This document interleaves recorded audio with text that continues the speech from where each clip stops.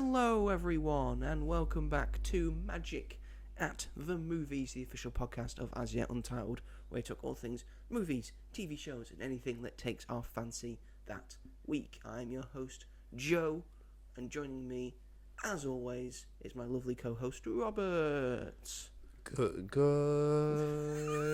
morning everybody. Yeah, it's still morning when we're recording this. Yes. But they don't have to specifically be listening or watching this in the morning. No, not necessarily. Yeah, I'd argue it's the best time to listen to it. You think? Yep. Why? Because your brain's not really firing on all cylinders, and that's when our humour really comes in. Yeah, you've nailed not all it. there. I was going to say I don't know, but you've nailed it. That's exactly what you were thinking, but you just couldn't say. Just couldn't say it. There you go. How are you, Robert? I'm okay, but before we start, happy birthday to you. This won't get copyrighted, will it? Happy birthday to I think it's public domain. Public domain. Happy birthday, dear Joseph. I'm still got a little bit of a cold, Yes, just a tiny bit. Happy birthday to you. The recording's doing a lot of bumps there. Oh, sorry. Sorry, Mac. Happy birthday, Joe. Thank you very much. Yes, folks. On the day we are recording this, it is my birthday. I didn't forget. No, he didn't. I didn't. Because he's a good friend. Yeah. I'm 25. Quarter of a century old. Close to death. Quarter of a century old. Yeah. You're a quarter of the way through life. Sailing in the surf. Sorry. Didn't work. No, it really didn't. No, it didn't. I am dancing through life. Yes, you are. Here at the Ozdust. Ooh.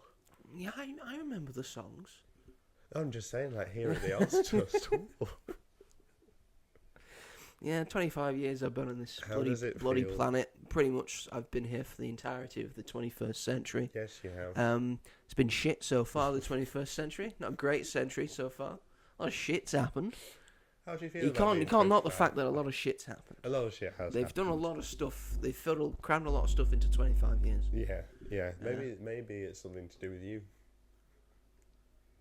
When you came into the world, they were like, "That's it." No, because that means I would have been born on the 10th of September 2001. Yeah. Because before that, everything was sort of alright. Yeah, Everyone was sort of fine. That's a good point. And it would have meant that you would have been alive during the World Wars, probably, too. Yeah, so it's definitely not my fault. No, you're not 100 years old, so... No, I wish. You never know. Be closer to death now. No, you just said you're dancing through life. Yeah, to the sweet release of death. Jesus Christ. Well, Aren't we all just dancing through life to get eventually to death? That's what the song's kind of about, isn't it? Mm-hmm. What's the line where it's like, it's something about something dying. that nothing really matters. Yeah, that's so just it. dance. Yeah. It's basically the life of Chuck. Oh God, yeah, that's even worse. Mm-hmm. Life is short, so dance. Life is short, so dream about Chiwetel Ejiofor and Karen Gillan rekindling their relationship. Yes. And to make everyone look at you and have a girl on roller skates come and visit Chiwetel Ejiofor when he's trying to get to Karen Gillan and do a dance in a street with a woman and a woman who plays the drums. The movie. It was an important movie. Yeah, it was a good film. It's summed up. Yeah, it's a good movie. I thought it was really good. If you dumb down any movie sounds shit. You dumb it down. Open a door and have Mark Hamill throw you down some stairs, and then be really apologetic afterwards. He has such a kind-hearted, sorry face, does Mark Hamill. But that was his one rule, and he broke it. He broke the one rule. You can do anything you want except that. Exactly. And what's a kid gonna do? Break the rule. Yeah, true. Yeah. He should have said, I wouldn't advise going into the room. Yeah. You'll see some shit in there that you don't want to see. Why didn't he just lie to him? Yeah. And then so what he actually sees is, spoilers, his like death, essentially, on his deathbed. You see the future. Yeah, that's it. to see the future, and he unfortunately saw the future of his death. Yeah. Mark Hamill, it was worse for him. Oh, right, yeah. He saw his friends die. He saw his wife die. Yeah. Oh, Then he saw himself die. Yeah. So there you go. That's the life of Chuck, everyone. Life of If Chuck. you've not seen it, it's been out for a while. Probably on, like, digital? It's probably on streaming now, yeah. Be on streaming. Yeah. Oh, anyway, welcome back, everyone, to Magic at the Movies. We've missed you. We've missed you all. This week, big week for stuff. Lots of stuff. Big week for stuff. We'll be covering the film I Swear. Another big British movie. Yes. We'll be covering Peacemaker Season 2. Yes. Now that it has concluded. Good And then we'll be talking about Tron Ares as well. Yeah. That we're so excited to talk about. We've got some things to say. We'll have that. Yeah, we'll have things to say. We're so excited to talk about it. Yeah. Though, would you think? I think. Say? Correct. Yes. Yeah. But before we do all of that, we're going to start off this show like we do with every single episode, with our regularly recurring segment, which is... What have you been up to this week? That was a very ill... Yeah, sorry. What have you been up to this week? Sorry, guys. Yes, but thank you, Robert, for trying. Thank you. You're welcome. You're supposed to say you're welcome, because I thanked you. You're welcome. So you just thanked me for thanking me. Thanks for thanking me. You're welcome. Thank you. You're welcome. I feel like Wheezy from Toy Story 2. My squeaker was gone. Mr. Microphone, you gotta chuck it in. Put it in my right hand. I swallowed my squeaker. We were talking about the Pixar bloopers. They should bring them back. Beforehand. They're so whimsical and fun. Why would they make them for Elio and then not to use them? And then not use them. What's wrong with you, Pixar or Disney? Whoever's making these decisions. All of them. Probably Bob Iger. Fucking Bob true. Iger. Fucking Bob Iger. They keep bringing in these new people to try and change Disney and make it more successful, but it's not really worked so far. Well, that's why they're making Tron. That's normally what happens. Our franchises aren't doing so well. Fuck it, Tron. That's what happens. Who are you going to cast? Someone everyone hates in the lead role. Yes, he's forcing us to. We'll get to it. We'll get to it. Yes, so we're on what have we been up to this week? This is a section of show where we talk about what we've been up to in the past week, or what we plan to be up to in the weeks ahead, whether it's watching a thing, doing a thing, making a thing, playing a thing, saying a thing, seeing a thing. All of that jazz. All of that delicious moisture. Oh, God. Delicious moisture. It's not a bad word. No, anyway. It's not Anyway. Kick us off, Robert. What have you been up to this week? I've been watching things. Yes, you have. Definitely have. Definitely been watching things. I rewatched Scream 2 because I'm still making my way through my rewatch of the Scream films, which isn't all steam ahead, but that's fine. And I didn't really remember it. It's a bit on a smaller scale because it's mainly just set on a university campus this time round. But I think it's still really good. There are some excellent set pieces in that film.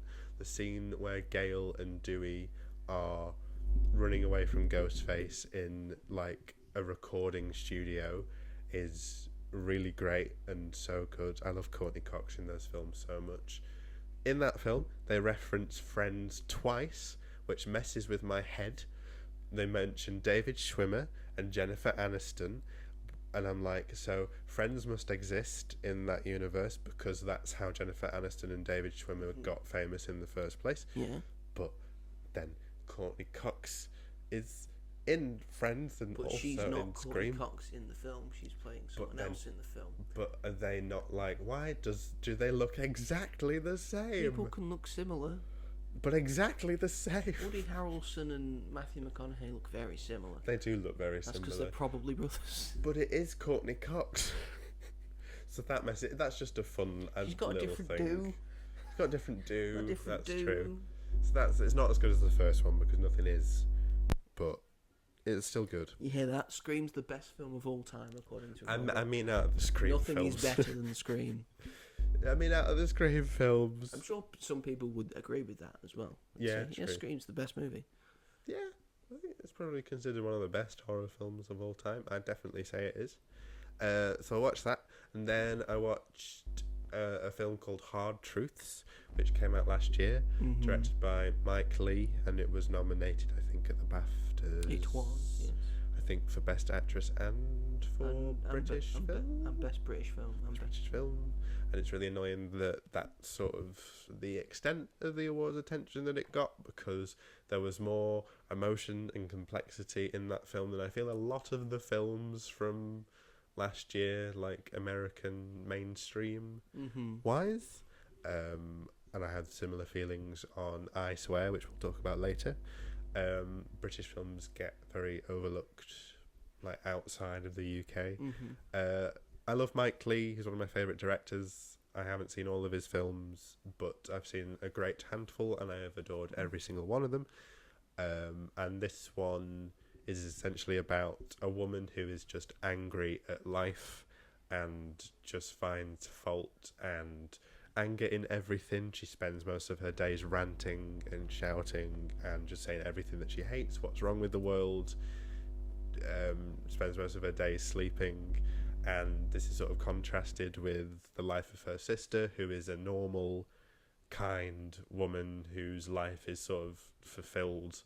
And it's just sort of all about the mental health behind Marianne Jean-Baptiste's character and why she is the way she is. And it's done so wonderfully, and like her performance in it is just insane. It's on Netflix at the moment, and Mike Leigh is just so incredible at what he does. He does mainly realism. He did a film about the Peterloo Massacre and also about the painter, something Turner. I can't remember what it's called. The film was called Mr. Turner, and it had Timothy Spall in it as the main character, but that very much strayed away from his usual style of filmmaking. I feel like they were very much meant for more mainstream audiences, those two films, but this is very much back to his original roots of British realism. And I think also the representation of this in this just feels so natural. It's mainly a black cast, and in Hollywood now, where it's like everyone's striving to be as inclusive as possible, but sometimes doing it inauthentically. Mike Leigh is doing where it feels too forced. Exactly, yeah, that's it. This just feels natural because it doesn't really, because it doesn't really mention race. It's just it's not these are the people. It's not a big important thing for the plot of the narrative. These people could be could look at in a certain way. Exactly. Yeah. In anything, it doesn't matter to the story. Yeah, exactly. And also with his filmmaking techniques, what he does with his actors is they create the character together. So I don't know if there is a script beforehand or if there isn't, but he very much lets the actor make the decisions. He obviously weighs in and like how he feels, but I think that speaks to a lot of his films and how much he cares about getting characters right. I'd say sometimes his characters are a little bit caricaturish, but I think sometimes that's sort of the point. Like Marianne Jean-Baptiste's character is very exaggerated with like her frustration, how she's like all she does is like rant and rave and complain. I remember seeing the trailer last year, and I remember seeing the snippets that they showed of her complaining in a supermarket at the cashier's thing, and considering that we both work in retail and we probably both experienced that situation, it put me off the film entirely. Like, I don't want to see these people be abused. That's just one scene. Yeah, I know. So if you can get past that, but and the way it ends is just partially sort of frustrating, but partially sort of wonderful as well. And he just manages to do so much with just the smallest things. Like she opens a back door at one point, and that moment feels monumental for the whole film. And it's just her opening a back door. It was amazing. I did have to like sit with it for a little bit and sort of think about it more. But the more you think about it, the more I just thought it was incredible. Similarly, I also watched for the first time Mulholland Drive, which is my first David Lynch film. Which Welcome. I'm sorry to say, after he's passed away, now I've gotten round to his films. I'm still young, to be fair, so I don't really think his Not films anymore. are in towards there. But similarly, that was a film I had to sit with at the end because I had no idea what had just happened. It's definitely one of those. And then when it was explained to me, I was like, that is one of the most incredible things I have ever witnessed. There is no other film where me personally I've had that reaction to. Like, I can't even describe it, but I was obsessed with it afterwards. I was like researching it and looking up all sorts of videos. I mean, he said that the whole point of it is that if you go and look up the meaning of it afterwards, then you're sort of ruining it for yourself. He wanted people to take it. Film. Yeah. But I had you to make a decision for yourself of what the film is and what it is to you. Yeah. I needed it spelled out for me because when it finished, I genuinely just didn't know what had happened. I was like, I need it sort of clarifying and then researching it, and just the fact that it takes the spoilers, like the twist of it was all a dream, and does it in just the best way possible. Yeah, it ruins all other films that go for it was all a dream. Click. Because you cannot possibly do it as good as Mulholland Drive. Exactly. It's the best version of that. Yeah. And it's the only version you really need to see. Yeah. And it's I saw it years ago, but it's still sort of ingrained in my memory. Yeah. Because I don't think it's sugarcoating it to say it's probably one of the greatest pieces of cinema that's ever been put on the screen. I said, in my opinion, when I'm going to rewatch it at some point because now, when I think it's going to be a much different experience watching it again. And I think when I watch it again, it probably will become one of my favourite films of all time. I gave it 9 out of 10 at the end just because I had that, like, I don't know what this means and how can I really, like, critique it if I don't fully understand it. But after researching it, just completely, like, blown up. Like, the stuff in the club, like the Silencio club, I had no idea what was going on at all. But you were having a nice time. I was having a nice time, but then seeing other people's theories about it, I was like, that is just, I can't get into words how incredible that film is. And it's why it's great for film. David Lynch films are just incredible for film students. Why film students love to David Lynch. Because there's so much stuff in there. Exactly. So much stuff to examine and interpret and to give your own thesis on in an essential 100%. Way. You could write a whole thesis just on a couple of scenes of David Lynch films. And that's why my group chat from my film studies group from university, we were all so tore up when we found out David Lynch had passed away. Yeah. We were like, that's the worst news I could possibly receive today. Yeah. That is just such a shame, and now I'm just like immediately intrigued to just watch every other film that he's made. Have you seen Twin Peaks? I have seen Twin Peaks. So are there 2 films, and then like 3 seasons of a TV show? I'm not telling you. Oh, but I need to watch it in like order. Find out for yourself. I don't know what that means. I know that the first film came out in 1989, and then I know that the last season of the TV show came out in like 2017, 18. It was like the return, so it was like years later. But then there was a second film, which is like Fire something. I can picture the poster in my head. But then there are 2 seasons of the TV show. I don't know. It's confusing. I don't know. Am I supposed to be confused?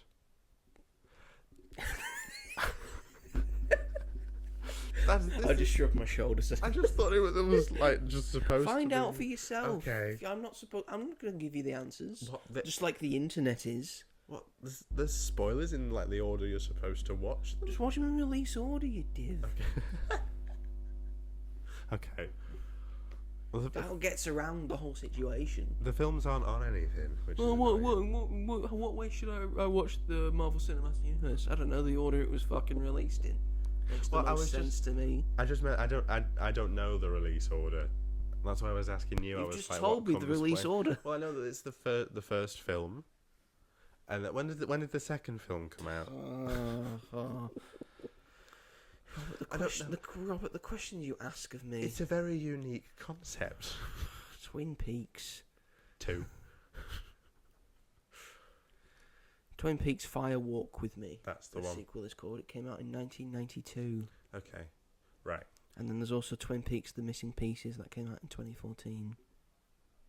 So there's even more than I thought there was. Yeah. Okay. Well, and that's then the American drama series, okay. which was from 1990 and had 3 seasons. Right. Okay, I need to get on that then. Do you though? You don't have to. No, true. I would like to see it, Mm-hmm. but I'll get to it. At Pretty some point, pretty I'm good sure. scores for the show. Yeah. Very, very beloved Mhm. show. But yeah, Mulholland Drive is just insane on every level, but I also feel that David Lynch is also not mainstream, but I think there's something No, he's about definitely not mainstream, but there's something about Mulholland Drive that appeals a little bit more to mainstream audiences than Mm-hmm. usual. Like, a lot of people have seen this film and know what it is.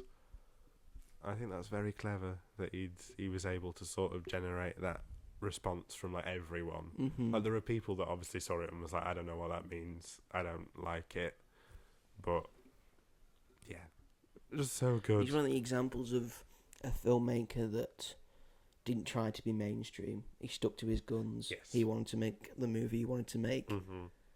and because of that, he still went sort of mainstream in a way. And he was one of the most respected directors just in the industry. Yeah.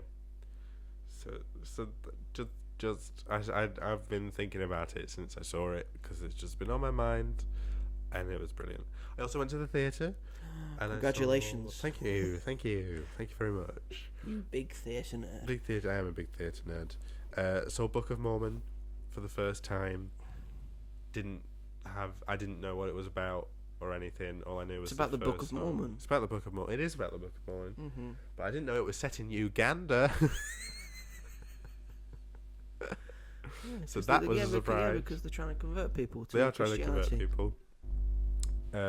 But I had. See, I the knew best time. that, and I've never seen the show. Have you not seen the show? No. You'd love the show. I know I would. You would It's on, absolutely. It's on the list of things I need to see. Because I know it's like it's pretty much a comedy in a sense. Written by Trey Parker and I can't remember the other guy's name. The South Park guys. The South Park people. And it apparently it's been changed a lot since Over the it years, first yes. came, which is good. Which is great. It now takes growing more, with the times, yeah. Yeah. It is now more of a satire about the Mormons than it is about, Ugandan Ugandans, people, yeah. which I didn't find out until yesterday, but still. But having no expectations and going into it, like, I knew it was supposed to be dark and funny, and it really is, and it sort of does step over the line, but not in a way that you're sort of like in a negative response towards it. Yeah. Like, there are some really dark jokes in, like, so dark, Good. but so hilarious. It's the kind of jokes you can get away with because they're funny. Yeah. You know, that's a bit dark, but it's funny, so You can get away with it.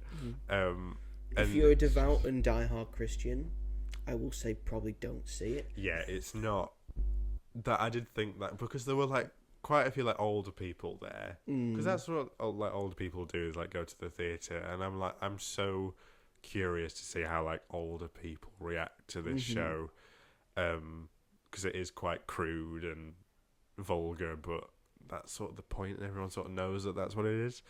But like, the music's so good, like, I had several of the songs like stuck in my head for a couple of days since I've seen it, and everyone in it is so talented, and like, it always amazes me how amazing people's voices are, and that they can go on stage and do that every night to like the same ability. And I just had the best time. It's been one that I've been wanting to see for ages. I wanted to see it last year when it was touring, but luckily it came round again, and it was just so much fun. And I bought a T-shirt that was it has a tie and a hello badge, and it has the logo on the tie.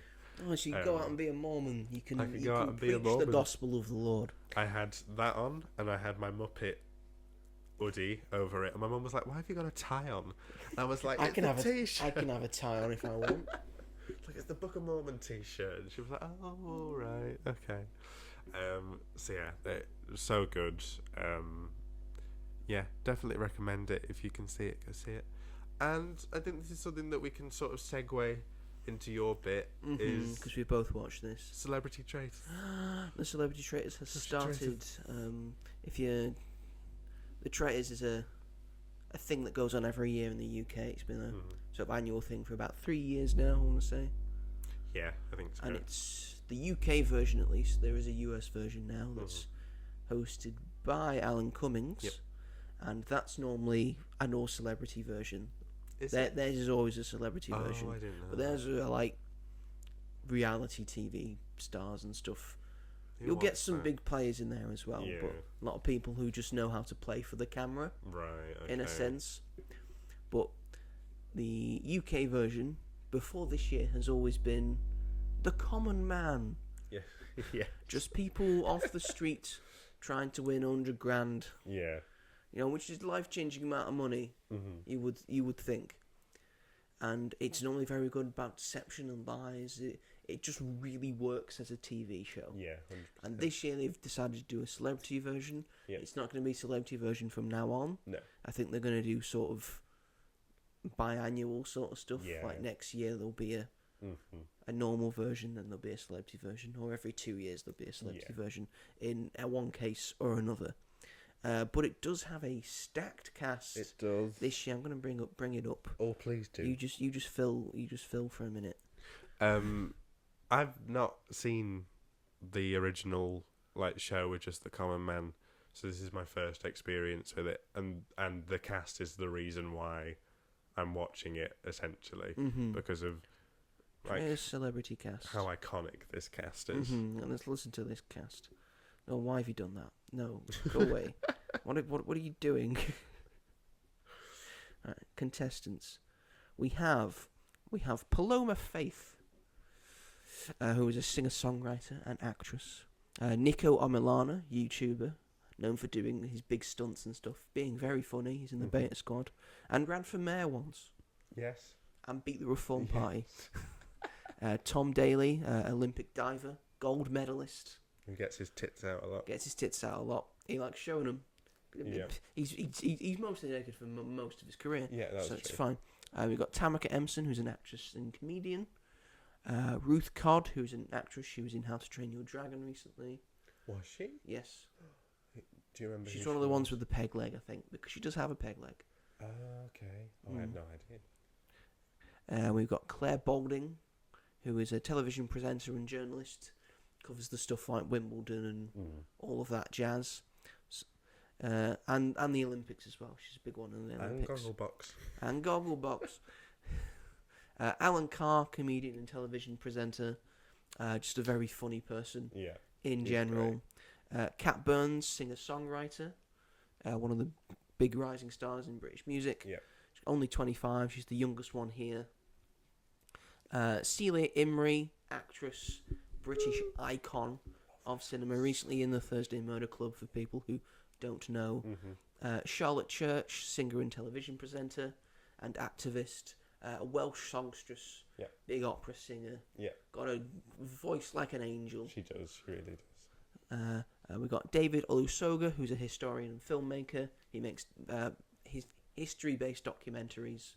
I've seen a couple. They're very good. Very well informed. I like him. Joe Marler, who's a former England rugby player. He's quite funny. He is quite funny. He's actually quite a natural comedian. Yeah. Also a rugby player, so he's a big unit. Yeah. Joe Wilkinson, comedian and actor. I can't believe he's 50 He does not look 50. Yeah, he's Joe 50. Wilkinson. He's looking good, isn't he? He He's looks looking really for good. 50. There's some grey in his beard. It's come grey in his But beard, but he's looking pretty good. He's quite a funny man. I do like I love like Joe Joe Wilkinson, Wilkinson. especially when he appears on Cancer's Countdown. Yeah. We've got Jonathan Ross, television presenter. He does the radio. He's a big cinephile and film fan. He does film reviews and stuff. He does a lot of stuff to Jonathan Ross. Kate Garraway, television presenter and journalist. Screams a lot. I like Kate Garraway. I like Kate. She's good at her job as well. Lucy Beaumont, who's a comedian, and she's also appeared on Taskmaster. Yes. Very ditzy. She is. I would be her if I was in there. Yeah, it's like, I just don't know. Mark Bernard, who's an actor, Scottish. Very angry man. Very angry man. He was in Line of Duty, I believe.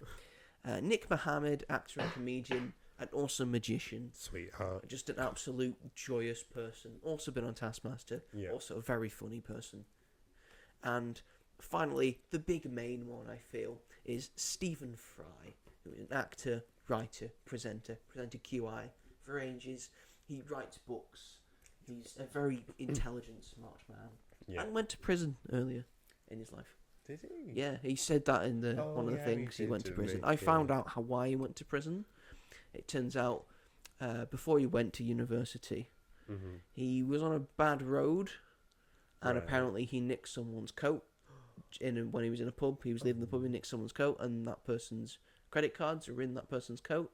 Instead of returning them, he just used the credit cards and just like a week just spending rich. And he was in like the Savoy and stuff. Oh my god! And then he just had like a crisis of. He just had a think and said, "This is not what I want to be doing." So he handed himself in, and he spent a few weeks, I think, in prison. Oh my god! And then he turned his life around. And that's when he went to. Yeah. That's when he went to Cambridge. Oh my god! That just shows though. He was still smart. He still had the acumen for it. Oh, bless him. And then he was on. He was part of the Oxbridge Mafia, of like the in terms of an acting thing, with I think it was Rowan Atkinson and Emma Thompson was in it, and Hugh Laurie as well. They were all part of the same thing. So yeah, that's the full list of people. So it's quite a stat cast of like well-known British people. Yeah, I'm loving it so far. It is great. It's really, really good. I look forward to it I don't watch it when it's live. Yeah, it comes on. It's on every Wednesday and every Thursday. Yeah. So you do Wednesday, Thursday, then it leaves you on a cliffhanger for a week, or 6 days at least. It's painful. Wednesday, Thursday, another Wednesday, Thursday. So we've had 4 episodes so far. It's really good. Mm-hmm. Although my mum stopped watching it. My mum doesn't like it because she feels that it's so different. Because they all either know each other already. They all know each other, so it's so I think that's makes it sort of harder for them. Yeah, that's true. To see that they might, some of their friends might be traitors. Because they just know them well. But also there's another catch of that fact: if you know someone so well, then obviously you would think you're acting different. Yeah. Why are you acting so weird? Yeah. Mm-hmm. I think because the thing. If you haven't seen it yet, we're not going to spoil who's the traitor, who's a faithful, who's out yet. Go for it. But I think the one thing they need to stop doing is they keep saying like, "Oh, I voted for you because you just make a brilliant traitor. Like I know you'd make a. That's not helpful. That's not how it works. It's not helpful at all. A lot of people said you would be a good traitor, so therefore I'm voting for you. Yeah. No, that's not how you should think. Where's your evidence of? That's the thing they're not talking about. You need to think about this. There are so many people who have been wary of someone and said, "I'm not accusing you, but I'm sort of that against you." Yeah. And then they vote for someone else just because they think they'd be a good traitor. No, vote for the person you've got a thing for. Yeah. That you've got a thing. Just do that. But then they're not talking to each other, or they'll talk to like 2 people about the suspicions they've got and not go further with it. Mm-hmm. And it's like. Well, Claudia says at the end of the last episode, it's time to stop being so polite and, interrogate people. And I'm excited to see that happen. Claudia's like, you just stop playing this fucking game now. They're great at the tasks and stuff. It's very really funny great to watching watch that. that. Yeah. Very funny to see Cynthia Imrie doing these tasks. In the second task they do, they get stuck in a house, Yeah. and while Claudia's trying to do the thing, Celia farts. Sort of nervously, she said, I own up to it. I always own up. That sent everyone into hysterics. And then she has to wail down a well in this recent episode. And she just starts screaming, and Joe Marler's just on his knees like, please stop, it's too funny. It's only her that's shrieking. And when the Kat says oh, we all know what you do with the well, and then she goes, put the pussy in. Everyone's like, it's based on a nursery rhyme. Yes, it is a nursery rhyme. I'm just saying what we were all thinking. No one's thinking that. No one's thinking of that nursery rhyme, Celia. We're not all that old. She's so brilliant. National treasure. I That's love what you get. That's loves what you her. get from National Treasure. I I also love when Stephen, because the other side of the team had to put their head in the water, hear what the shrieks that people are saying, and there was just a moment of Stephen lofting out, putting his hair back, and then running away. And it's like, I'm too old for this. They've picked such a good cast. It's such a great cast, and they just feed off each other so well. Yeah, and it's kind of interesting, sort of now watching them not turn on each other, but just be a bit colder, bit cautious towards each other now. So I'm excited to see if that develops further, or if they just stay the same of just not please doing what they're supposed to do. When Claudia has to get involved and tell them what to do, and then that's talking to. It's like, good God, people. But I'm excited. I mean, waiting almost a week is torture because of how good it is. I just wish it was on every night, but then it'd be over a lot quicker. So it's nice that they've dragged it out. But it's really good. It's not nice on a Thursday it coincides with Taskmaster. But I know. That must be quite difficult for Taskmaster's ratings at the moment, I bet, because I think more people will be watching But the Traitors. thing for Channel 4 is there's a Channel 4 Plus one. That's true. And BBC iPlayer, to be fair. But why would it be on BBC iPlayer? Traitors. I mean, you could either watch that on there, or which I think is a lot. But I think most people are watching Traitors live rather than Taskmaster. But it's fine. It's fine. I think Traitors is more of a watch it live sort of thing rather than Taskmaster is. Definitely, because you don't want spoilers. Exactly. But Taskmaster's gonna live forever, or as long as Alex Horne wants to keep it going. He'll keep it going for as long as you can. And is it gonna be Champion of Champions next after this series? They'll do a Champion of Champions special because they only do the one episode. Yeah. And they'll have the New Year's treat near the end of the year, and then maybe this year they'll be doing the Champion of Champions for series 16 to 20. Yeah, I'm enjoying this one. I think it's really good. It's a good show. It's just a good show all round. It's my comfort show. I love it. Yeah, doesn't matter who you put in it. It's always it helps for us because there's 4 people in it from the north. Yes, the north of England. That's true. That's very true. Including one from Preston. Well, hey. But yes, is that all you've done so far with your? There is another thing that we mutually did. Oh yes, go on. We saw Aunty Donna's live show, Drem, together. Drem, it's called Drem, yeah. Yeah. We were all dremming. We were dremming. Yeah, it was all the Drem. Drem. What we saw, it was all the Drem. Probably one of the funniest nights of my life. I'm just gonna be honest. This all came about because I sort of subtly introduced him to a thing that included Aunty Donna, and then we've been watching Aunty Donna sketches. Yeah. And then the most upsetting guessing game in the world we've been watching as well. And apparently Robert has enjoyed this so much that he found out that Aunty Donna were doing a show in Manchester. And he said, we're buying tickets, we're going. Yeah, we can't miss it. Yeah, because we couldn't miss it. So then we made the journey up into Manchester. Mm-hmm. We had some lunch. We saw Tron Ares there as well. Yep. And then in the evening we watched Drem. Drem. And probably it is one of the funniest nights of my. It was so incredibly good.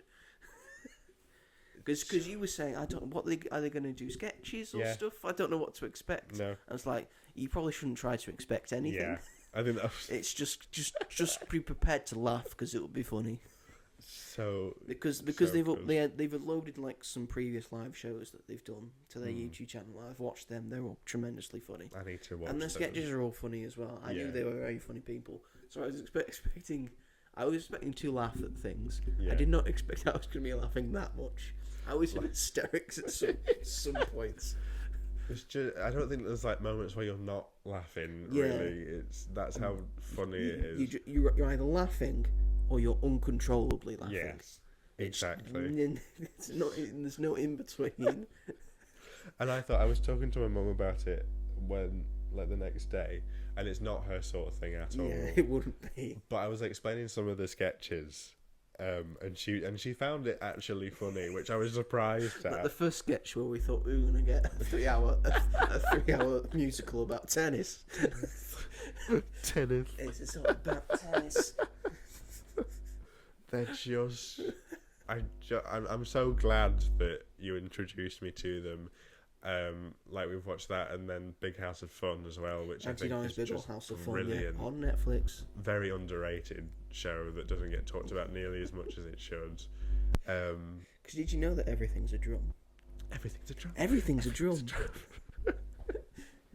Just ridiculous, stupid humour, but it's just so that's But it just works our so humour. well, It's yeah. just so, and I just love them three as people in general. I think they're the coolest. There was Like- no, they had the bit where they do the improv, because they have an improv section every show. Yeah. That was hilarious. So you knew they were doing improv because it breaks. And so it's going, I don't know what we're doing. What the fuck is this? It's gone. This shit's I gone. just forget what they're doing. Oh, it's so good.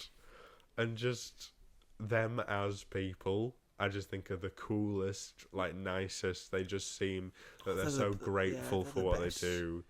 And like all their like team and their friends and stuff, like they're just great, and I don't know, I just have so much respect and admiration for them, and I was just really glad that we got to see them live, and just I almost like wish that we could see it again, because there's just some it's bits one- I it was really just want to one of watch them, again.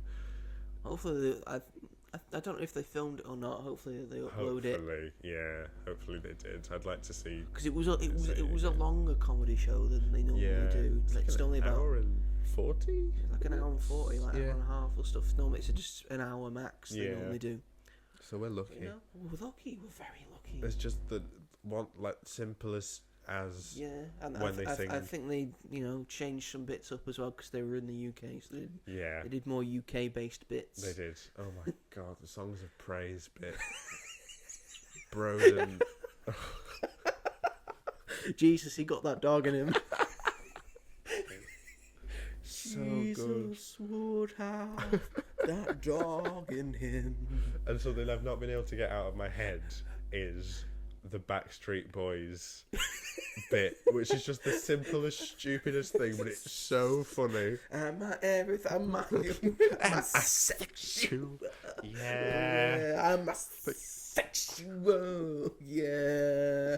Am I the asexual? So good. You had to be there. You had to be there. Had to be there. Just Mark and Zach in the background, just like increasingly lacking energy, and it's just so good. You started humping a speaker.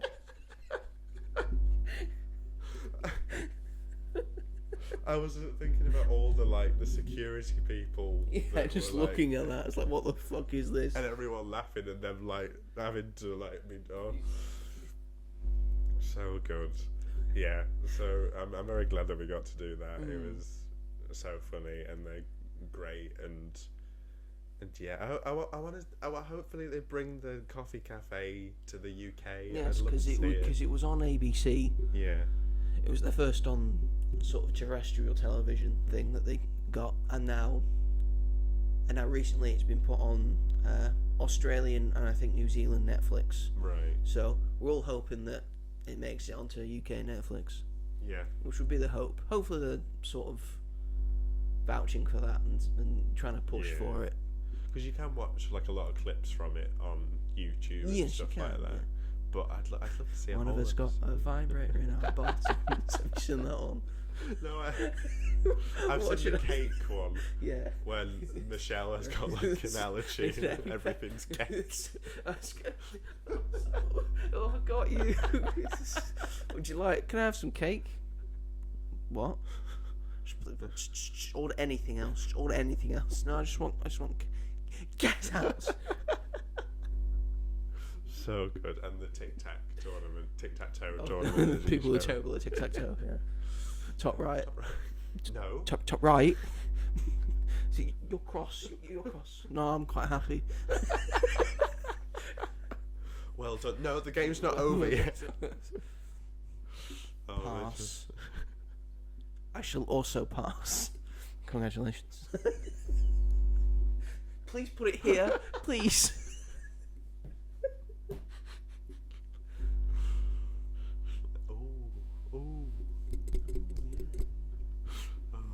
What a game we're seeing here. What a game. Yes, okay, it's a good show. If you can see Drem, go and see Drem. Yeah, please do. And look up all Aunty Donna stuff. Yeah. You'll find it miraculous and amazing. Yeah. Well, I guess it's on to me now. It's on to you. Yes. Birthday boy. Yeah, what have I done with my week before my birthday? What have you done? In your final weeks before your 20, final weeks of being 24, what does a 24-year-old do? In their dying embers. Dying embers. Of being 24. Well, I was able to read and finish the first 6 issues of Absolute Batman. Oh, talk to me. This is a new line from DC. The Absolute Universe has come out from another reboot of the DC Universe that they do every few years. Yeah. Now it's called DC All In, and it was sort of set up. I think the in-universe thing is that there are 2 separate universes that have been made by Darkseid, right? And he sort of made this sort of the Absolute Universe is a sort of broken universe where he wanted to like sort of break the heroes and not make them what they were, right? But they turned out to be heroes anyway. Because Absolute Batman, he is Batman, but it's sort of a twist on the character. So he's Bruce Wayne. He's Batman, but for this one, he's about 7 foot tall. He's about 300 pounds of pure muscle, and his parents were working class. He's a working class guy. He works construction. He's worked multiple jobs, and he used those multiple jobs to find the lay of the land of Gotham. So that's how he knows Gotham, right? Not from just being Batman. And then his Batmobile that he had is just one of those big, like, construction things. And he made his own bat suit. He's still smart. His cape is sort of like a construction-based thing. His big logo bat symbol. He's got a thing that he can take it out and then it becomes an axe. That's pretty cool. Yes, he's got a bat axe. Bat axe. He doesn't kill anyone. He's still not killed anyone. Okay. Chop off a few limbs. He's chopped off a few limbs, yeah, but they're not dead. Not dead. That's true. He's got a really high medical bill. He gives them like some tissue to stop Yes, bleeding. he's got a cool look, and I think the first big story that they've had in the first 6 issues has been done very well. Oh, good. I mean, I've enjoyed it, and I can't wait because I also, while I picked up the first volume, the first 6 issues, I picked up because they were in the store. I picked up issue 10 and issue 11, so I can't wait to read them as well and see what they're like. But I'm enjoying it. I like this new take on Batman. Yeah. I think this shouldn't be your first Batman read. Absolutely not. I'd say read some of the classic Batman books before you read this, because this is very much a different take on the character, and it's the same for Absolute Superman and Absolute Wonder Woman, which I am intrigued to read. Yeah. I don't know if I'll get round to it because I am more of a Batman guy. Yeah. But we'll see. And then I have also been spending some of my days playing the game Gears of War Reloaded, because the console wars have finished, everyone. At least for Xbox and PlayStation. Console? Why? What? Well, technically Nintendo have won, because you can get some PlayStation and Xbox games on the Nintendo, but you can't get any Nintendo games on an Xbox or a PlayStation. Yeah. So technically Nintendo wins. Boo. But in terms of PlayStation and Xbox, they don't have exclusivity anymore. Right. Oh. And they've sort of traded franchises, so you can now play God of War on an Xbox, Right. and you can now play Halo and Gears of War. That's good. On PlayStation. That's good. So I've always wanted to play Gears of War. Yeah. It seemed like a very cool game. It seemed like a very up my alley Mm-hmm. from footage I've seen and gameplay. But it was only available on Xbox. It was an Xbox exclusive thing. The first one was on the 360. Right. So I've always wanted to play it. This is a reloaded version of the first game. I'm enjoying it so far. Oh, good. It's very much my game. It's a third-person cover shooter. Those games I can play. I can play down to a T. I know how to play those games. And I'm liking the characters so far. Good. They're very sort of militaristic, and it feels very much like Warhammer Space Marine 2 that I was talking about a while ago. I remember you saying. I was going to say that I think that I was thinking of that when you mentioned it. But I think it's Space Marine 2 feels very Gears of War. Right. Because that technically came before. So I think that's what I enjoy about it. Yeah. But this has cover, and Space Marine 2 doesn't have cover. Because you don't need cover. Right. Because you're a Space Marine. Duh. But this, you're only a Gear of War, so you can't die. So you should get in cover. Ideally, you should find cover. But you can dive between cover, and and like and the way that you go through cover and stuff, and maybe corner stuff looks very tactical. It looks like you're on a mission and stuff. So it looks like it's a very good game. Oh no. I see why it took off. And we got, I think, was it 5 Gears of Wars? Yeah, I had friends who were obsessed. I knew there was a trilogy of the main character that you play as in this first game. Yeah. The first 3 games are his games, and then it took a break, and then they did Gears of War 4 and 5 and maybe 6, and that was sort of different. That's cool though. I know Dave Bautista is in one. Oh, fuck. Because he loves Gears of War. He loves Gears of War. He wants to do a Gears of War movie. I think. Jesus. What's wrong with that? I don't know. People that need to not necessarily people have hobbies. That's his favourite game. Can't knock Dave Bautista's favourite game. It's like saying he's dumb for collecting all those lunchboxes. It's not that, but when someone tells me that Dave Bautista is going to be the lead of a film, I'm like, okay, that's an interesting choice, because I like him, and I think he does a good job in supporting roles. You don't think he's a lead? I don't think he's that great of an actor, really. I just don't think he is. How dare you? He's obviously brilliant as Drax and will always be iconic, but I feel like he's just very much. You obviously didn't see the last Showgirl. I did. And he's all right in that. He was great in that. He's all right. I didn't come away thinking that he was brilliant. How dare you? How dare you? The internet had finally come to a consensus on something. That the best wrestler turned actor was Dave Bautista. Yeah, I guess so. And then John Cena, and then The Rock. I really like John Cena. I think because he's not really been the main character in something Dave Bautista. And John Cena has, obviously with Peacemaker, and we've seen all that. But I'm yet to see Dave Bautista do something where he really well. I liked him in Last Showgirl. It probably was his best performance, but that's not what I took away from it. Like obviously Pamela Anderson and Jamie Lee Curtis. I know he was just playing a normal man. He had hair. It was long and vivacious. That's true. Wasn't like Dave. Wasn't like The Rock and then shaved it off. And then I haven't started playing this yet, but I have bought it. Oh.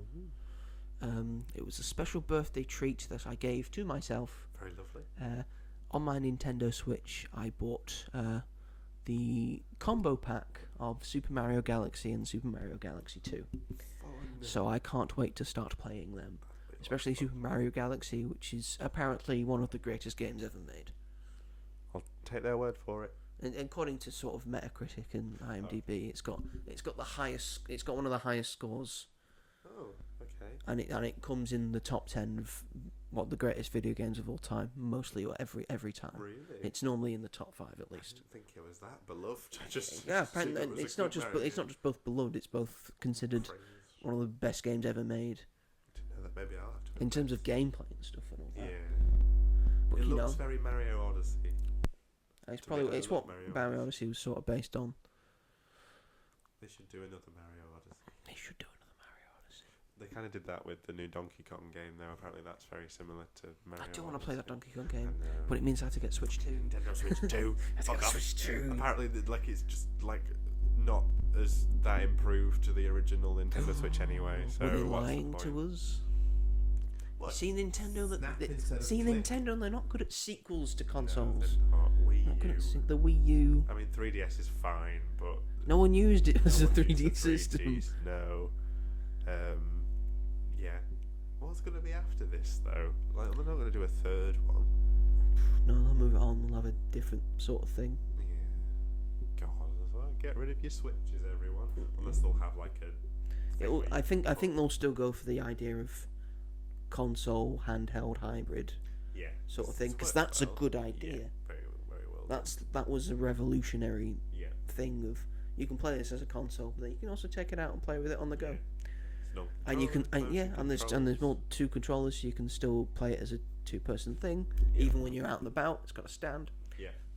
It's a Very shit clever. stand, Shit but it's got a stand. stand. At least the Switch 2's got a better stand. I bought the Switch 2 for the stand. That tiny little thing they take out. Oh, this is going to hold up the entire thing, is it? Wonderful. I think I'll just stand it next to this thing of books that I got. That's one of my favourite memories, being at uni in the cafeteria Yeah. and bringing my Switch over, and then we all just played Mario Kart for a bit before class started. Before the lecture started, we just played Mario Kart. That's why it's so good, because you can do that on Yeah. the go. So yeah, that's pretty much what I done with my week. Apart from the 3 things that we're both going to talk about right now. Yeah. Which one would you like to start with? Shall we? Oh, I don't know actually. I'm leaving it up to you. I swear. Should we start with that? You swear what? Fuck.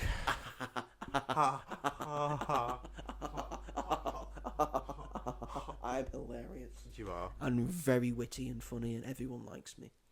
Yes, Joe. Because it's my birthday. After today. After today, no one's going to give a shit. So yes, we'll start with I Swear, shall we? This is a new big British movie. Nice when a British movie comes out. Robert's taking his jumper off. Burlesque time, Ba-da-da-da-da-da-da. Get your tits out. Get your tits out. Get your tits out. Get your tits out for the lads. Yes, that's a football chant. Most people who watch football are sexist. Anyway. Yeah. Unless they're all gay and they're just wanting all the footballers to take their tops off. That's very true. That's very true. That's why I'd sing it. Maybe that's why they want them to get their tits out. Yeah. Yes. Everyone. Unless they're at a women's game. Yeah. Don't shout that at a women's game. Absolutely not. Unless it's got a very female undertone of the chant. If it's all women singing it, but that's still fine. don't do that. That's But, sexist on you, the women. Yeah, that's You can't true. ask a woman to get her tits out. Get your So ponytails out. Yeah. Get your ponytails out. Put them in a bun. Take your ponytails off. Let it Take run. your Let the hair ponytails run. off. Take your bubble out. Take your bobble. Give me your bobble. I want your bobble. Oh, What's wrong with us? I don't know. Anyway, I Swear. This was directed by Kirk Jones, who has done directing and screenwriting before. He's done multiple films. I think the most notable one he will have done is the film Nanny McPhee. The first one, which he did in 2005. He didn't do the sequel. That's weird. Which I prefer. Yeah, I prefer the think I agree sequel. with you. Yeah. Big Bang. The Big Bang, yeah, that's what it was called. In America, it's called Returns. Don't know why I couldn't call it. Because they're idiots. It's based on the British television documentary John's Not Mad, which was made about the life of John Davidson, who is, because this is the biography, it's about his life. Yep. It stars Maxine Peake, Shirley Henderson, Peter Mullen, and the star of the show is Robert Aramayo. I was constantly looking at him thinking, where have I seen him before? And he's in The Rings of Power. Yes, he is. He plays Elrond in The Rings of Power for Amazon, and he's very good as Elrond. He is. Yeah. And quite frankly, this is an incredible performance. This is a career-making performance, Yeah. and definitely an award-winning performance. 110%. 110%. I thought this film was absolutely stellar. What did you think, Robert? I agree. I was in awe of performances and typically with biographies like this, they follow a similar formula. Yeah. And I feel like this one sort of does, but sort of doesn't, if that makes any sense. It felt needed, but it also felt fresh somehow. I don't know why. It just did. It didn't follow the same sort of beats that a usual biography would necessarily. So I didn't feel that way. There are some elements that do, but I think that's just the same with all sort of biographies.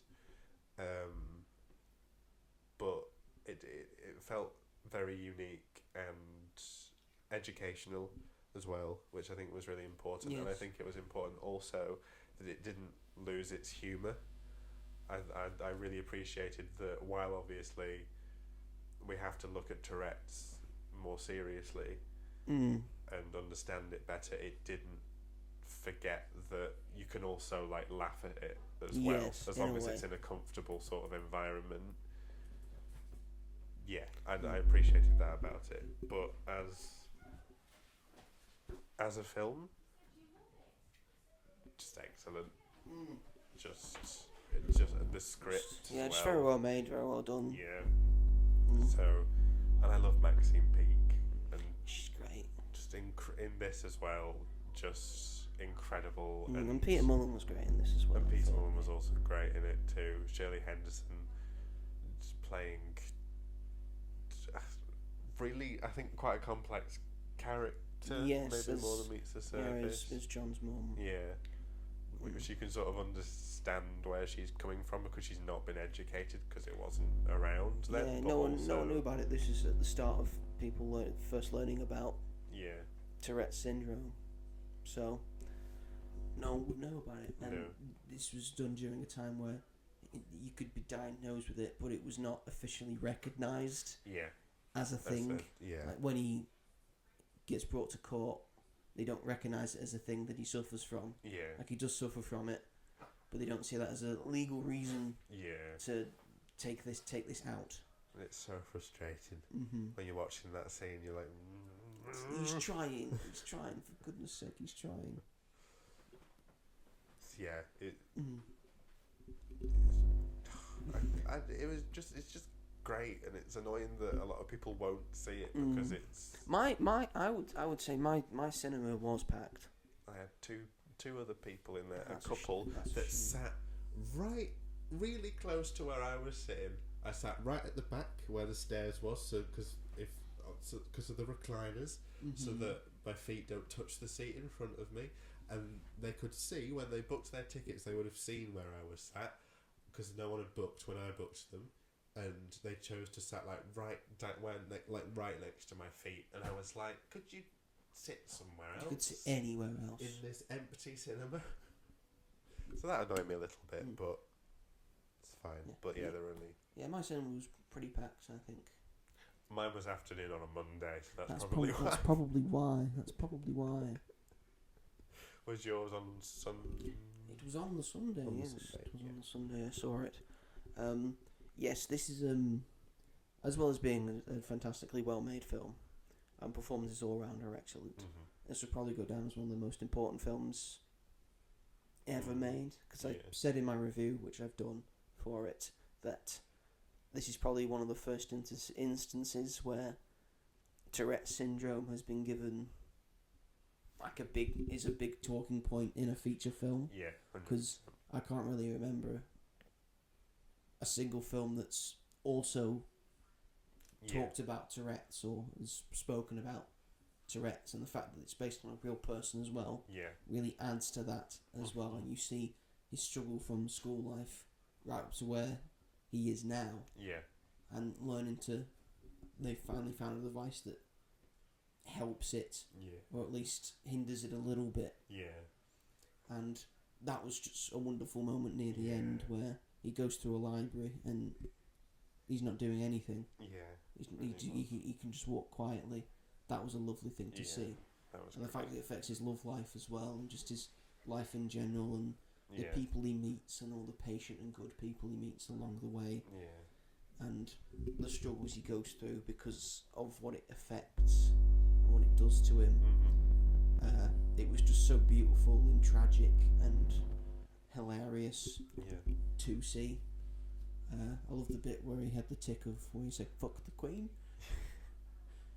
That got a big laugh in my cinema because yes, he can't help it, Yeah. but that's funny. Yeah. And I sincerely hope that people with Tourette's who don't think they've been shown, if you have Tourette's and you love films and you're scared of going to the cinema, Yeah. which is understandable, Yeah. and you probably shouldn't go to the cinema Yeah. for obvious reasons, but you love films, you love watching them at home, and you can't see representation for yourself in any media. Yeah. That's true. You should be you can now watch a film that has you in mind Yeah. and shows someone like you going through probably the same struggles that you go through. So I think that's the beauty of this film and and why this film is important, Yeah. and also for people to learn about Tourette's and what Tourette's looks like Yeah. from both an early age and then growing up, and then growing up when you're older as well. And it has such hope. And such As hope well. for the future of things will get better. Yeah. I'll make myself better. Definitely does. And I also like, this is just a small thing, but I really liked that they didn't have. So obviously he's taken in by his friend's mum, Dottie. Is his friend called Murray? I think he was Yes. called. Murray. Yeah. Everyone's Scottish. Everyone's Scottish. Everyone's Scottish. If you've got a thing against the Scots, no, I don't blame you. They're nice in this They're one. nice. for They're the nice. The most part. Scots, yeah, pretty much. But I just liked that there wasn't the trope of like Murray getting jealous of the amount of attention that Dottie was spending on. Yeah. I thought it was so refreshing to not have that hanging over in the background, because sometimes it can just feel like, oh, for God's sake. But I just liked that it just allowed it to get on with it, and it just seemed like that Murray was a great friend, and obviously Dottie being an incredible human being. Oh, obsessed. Yeah. Points to Dottie. Yeah. A real one. Yeah. And it was also sort of, because I knew of that documentary before, but I didn't know that this was the film that was based off the same person's life. So it had, at the end, it showed moments from the documentary. Snippets from the documentary. And the clip where he hits her in the face, I'd seen before, like just on TikTok or something. And then like they recreate that in the film, and that's just sort of like that sort of in there as like an Easter egg to the actual documentary. Like, oh, I'm sorry, don't stand on my right side. It's like, oh, it's my fault now, is it? And then when he Like, punches, he punched me in the face. when he hits what's he called, the caretaker, Paul, what's his in name? in the box. It's like, Yeah. oh, it's Christmas. Come on. Come on now. Like when he hits his dog, it's like, if you ever hit my dog again, I will kill you. I will kill you. That's fair. That's fair. Okay, gets his own dog as well when he becomes the caretaker. Called Tilly. Pete Mullen's great in this, and he shows what you're supposed to do before they'd even come up with anything. He shows what you're supposed to do with people with Tourette's syndrome. Yeah. You keep talking, and then when they have a thing, you stop, and then you just carry on with what you were saying. Like, just don't make a big thing out of it. And the part where the policeman comes back to him after he's mistreated him before, And then now he's a sort of constable, or he's sort of higher up in the police division. He comes back to her and says, "I was bad to you, and I want to make sure that the police know about it, happen again. and so it doesn't happen again." Yeah. And he's able to he goes into schools, he goes into hospitals so people know about it and learn about it. And so he is a wonderful man. He's not dead, John Davidson. He's still alive. He has an MBE. Yes. An MBE from the Queen. And it's the scene that I loved as well was when he speaks to that young girl for the first time, and she's never met anybody with Tourette's. Yeah. And her family's brought him to her to him because it's the idea of what the film is about. Yeah. So people see that they're not alone, that other people are like them. Yeah. It just like in the way it was written, it just felt so real. It was as if they were sort of like ad-libbing, but it was just like such a natural conversation, but it just meant so much, and you could tell how much it had changed her just from speaking to someone that had a similar experience to her. It calmed her somewhat, and then she was able to sort of let it all out with him as well. Yeah. And yeah, I just liked the film's attitude towards people who didn't understand it, because it was ultimately giving them a chance to learn about it. A chance to learn, yeah. But then also, like you said, what it does for people who live with Tourette syndrome as well. I love British films. We're good at it. We are. We're all right, you know. We are. It's like like I was saying before with Hard Truths. It's like that's also a British film, and it's just like the emotion and we have a lot of emotion now, and they're very down to earth. Except that's what it is. Yeah. Even when we're going a bit silly with it. Yeah. We're doing comedies, they're still very down to earth, and they've still got a lot of heart. Yeah, 100%. In them, I think. So I think that's the beauty of British cinema that we do. We don't have your big blockbusters. We don't have the money for that. Okay. But we give you things like this. And that's what's frustrating to me is that this, I think, will probably get recognised at the BAFTAs. I think it definitely will. It'll get recognised at the BAFTAs, but elsewhere, I think the pain that Robert Aramayo might not be nominated for an Oscar. I don't think he will be. I don't think he will. I don't even know. Is it releasing in America? Like, we don't know. But he absolutely should be. I know. Exactly. That's the frustrating thing. And you'll have. If he doesn't win Best Actor at the BAFTAs, I will be very shocked. Yeah. Indeed. Oh, 100%.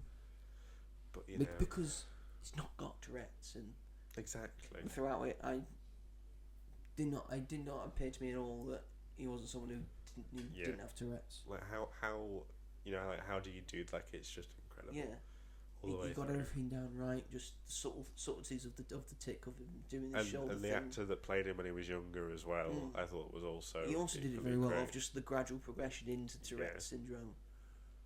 So yeah, just that was heartbreaking because he was a good goalkeeper. Yeah, and it ruined his chances. And yeah, because you can't control your body as much anymore, so you can't do anything like that. And most of the reason his dad left, essentially, which is. You know, which is a shame. And his mum eventually, like, does sort of try in a way, like she learns to sort of live with it, but she's not understood it yet. You know, the scene with the fireplace. There's that motif that's like through the film, and it's horrible. Like when he goes to Dottie's, and he sits by the fireplace, puts himself in front of the fireplace, it's awful. But you know, like his mum thought that he was just being vulgar and disgusting, because you would think that, like, if you don't know what it is, especially in the 80s, like you wouldn't have known.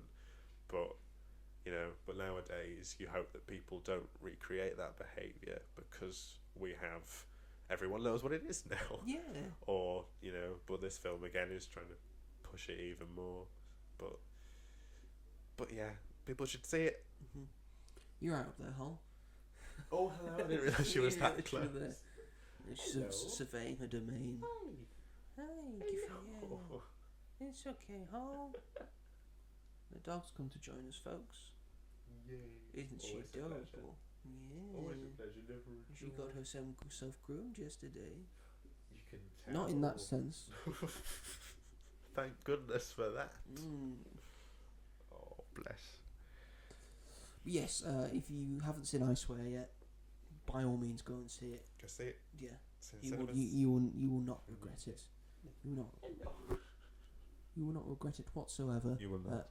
Shall we move on to the TV show that we're going to talk about? Let's do it. Let's talk because franchises now. Franchises, big things. Because Peacemaker season 2 has finally finished. It is the second season of Peacemaker, but it's official. It's the official first season of it in the DCU. It's all very confusing. It's the sort of follow up to Superman, in a way. Yep. But it sort of makes sense. James Gunn said if they've talked about a thing that happened beforehand, then it has happened. So Peacemaker season 1 had happened. In the first episode, they changed up how it ended in a way, and they've mentioned the Suicide Squad stuff that happened in the Suicide Squad. They've shown clips from it, so that definitely happened as well. Yeah. So is Margot Robbie Harley Quinn in this universe? I mean, all we've really seen is like the Rick Flag's death, really. Yes. That's all that's been flashed back to. But it does beg the question. I know he sort of explained it, but it's still confusing. Still confusing a little. If you're going to show clips from the film, we won't know until we find out who Harley Quinn and the Joker are. no, that's true. Please don't let it be Jared Leto. No, it can't be Jared Leto. It can't be Jared He Leto. will never be going near I'm that role happy with Margot's ever behind. again. Yes. But I understand that Margot's quite busy these days. Yeah. I'd like to see someone new. To be fair, I wouldn't oppose her coming back if she came back. I've heard a lot of like shouts for Amy Lou Wood She'd be good. to be Harley. I think she'd do a good Harley. I'd like to give her a chance. Mm-hmm. Mikey Madison's name has been thrown around, Mikey although I don't know if Madison she'd as do it. Really, I could see her doing it. I could see it like doing it in the Batman. I think she'd be really good Harley in the Batman universe. In the Batman universe, yes. She'd be really good. The Joker first. Barry Keoghan. He is technically the Joker, yeah. We'll see Not how thrilled that is. about that. We'll see how that is. We haven't really got the full thing yet. Barry Keoghan's not as popular as he was in 2021. Maybe because he's split up with Taylor Swift. Yes, and something. Sabrina Carpenter. Oh yeah, that's what I meant. I didn't mean Taylor Swift. I meant Sabrina Carpenter. I was mixing up my white blonde songstress. But Taylor Swift probably doesn't like him because of Sabrina Carpenter. Probably, yeah. So yeah, we'll see how that pans out. Overall, what did you think of this season? Overall, great. Really different to the first season. Yes. But I liked which I sort of liked about it. Yeah, definitely. I feel like I liked it a little bit more than the first season. I think. I'm the opposite. I think the first season was stronger. Okay. But I did enjoy this season. Yeah. It's just because it's very different, and obviously it's been like 3 years since. Been a while, it came out. Been a while. So, I mean, I only watched season 1 recently, like after Superman came out, all the way through anyway. So I don't know. I think I enjoyed. This will contradict what I say about the finale, but I enjoyed the emotion part of it a lot. But I don't think he went more for an emotional impact this season rather than action based. Yeah, which 100%. I did quite enjoy. Yeah, and there was some action to like in it. There definitely was, but it was less frequent than the first season, I think. And a lot of episodes are very short. Yeah, like half an hour. Yeah, like you could have just put some episodes into. It's like, what do you mean it's the same length? Into one episode, and maybe made the season shorter. Maybe 5 or 6 episodes. It's like, what do you mean some of these episodes are the same length as Creature Commandos? Like, that's a completely different. That should not be how it goes. Like, well, they did write Superman and Creature Commandos and Peacemaker season 2. Yeah. And I think he wrote some of Supergirl. Yeah. Or maybe I don't think he wrote Supergirl, but I think he's written Man of Tomorrow. Yeah. He's done a lot in a short space of time. Yeah. In terms of writing, as James Gunn, so maybe it was sort of rushed, episode to episode. I think I've said this before, and I think it's really hard to get my feelings out about this, but I just think James Gunn is a weird human being. And I think while he is great creatively with what he's done, I think business-wise, a little bit shit. Just a bit. How so? I think he was building up the Peacemaker finale.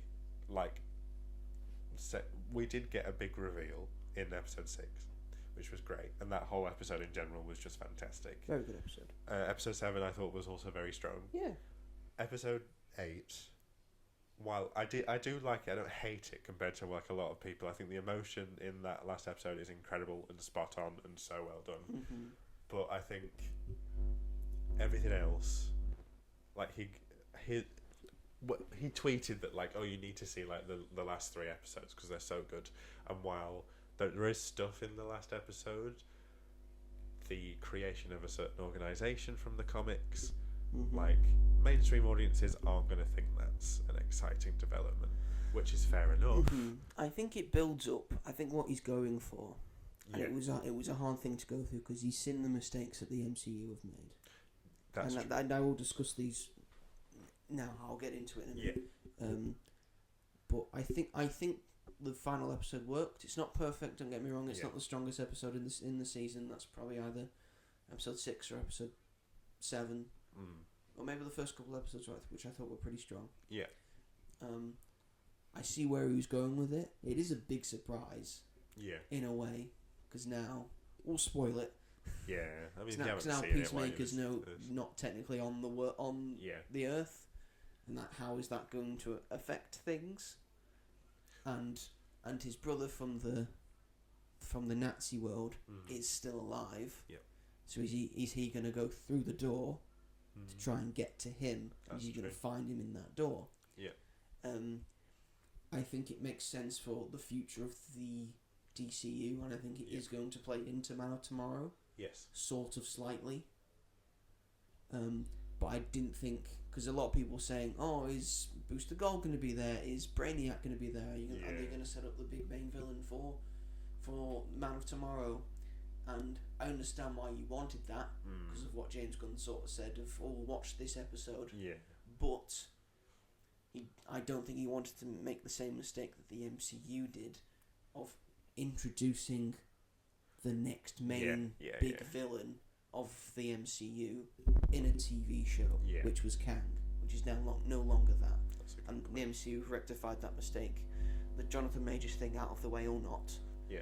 And they are now introducing Doom in the movies first, before they do the big one. Yeah. Introduced him in Fantastic Four first. I imagine he may turn up in Brand New Day as like a post-credit scene or something. So I understand. I think that's what he was going for. I think it sort of sets up something that might potentially affect Man of Tomorrow. Yeah. And the sort of stuff with Argus and Lex Luthor's crews now with Argus now, and that'll probably get Lex out of prison. Yeah. And that'll lead to the Man of Tomorrow stuff, and apparently the idea of Lex Luthor and Superman teaming up together to take down Brainiac, which is apparently what Man of Tomorrow is going to be about. Yeah. Which sounds exciting. It definitely I love Brainiac. I think he deserved a movie. Will you stop? Sorry. Don't even know if it was even caught. He put his mic away. I don't even know if it was caught on audio. But yes, I see where he's going with it. I understand why people are a bit miffed. Yeah. Because they got their hopes up. I think that's never get your hopes up. And I think James Gunn built those hopes up. I think, and I think like creatively, great. Like for comic book fans, he's doing some great stuff. He's doing everything I wanted. Exactly, but you've also, for it to be successful, you've also got to cater to the mainstream as well. I understand that not every project has to do that. But the mainstream is only going to watch the movies. They're not going to be asked to watch television shows. But then he builds something up in this, like the ending with the I can't remember what the dimension's called. But then he builds up that, and then that's going to be part of, we assume, Man of Tomorrow. Well, we don't know, do we? But apparently we're not getting a season 3 in Peacemaker, so. But unless we're getting it as part of a new show about Checkmate, Yeah, maybe which is it's just call which is the new checking. agency that we've set up. But I'd just Peacemaker season 3. Like, why is that? Why are we not doing that? Like, you've set up these characters greatly, and we've got Peacemaker and Amelia Harcourt at a place where we wanted them. I want that explored more. I don't think he wants John Cena kissing his wife any more than he has to. Well, then why write it in the first place? It's like, you can get away with one kiss. It's great, fine. I'll be in the background of the scene, watching. I like them in bed together as well.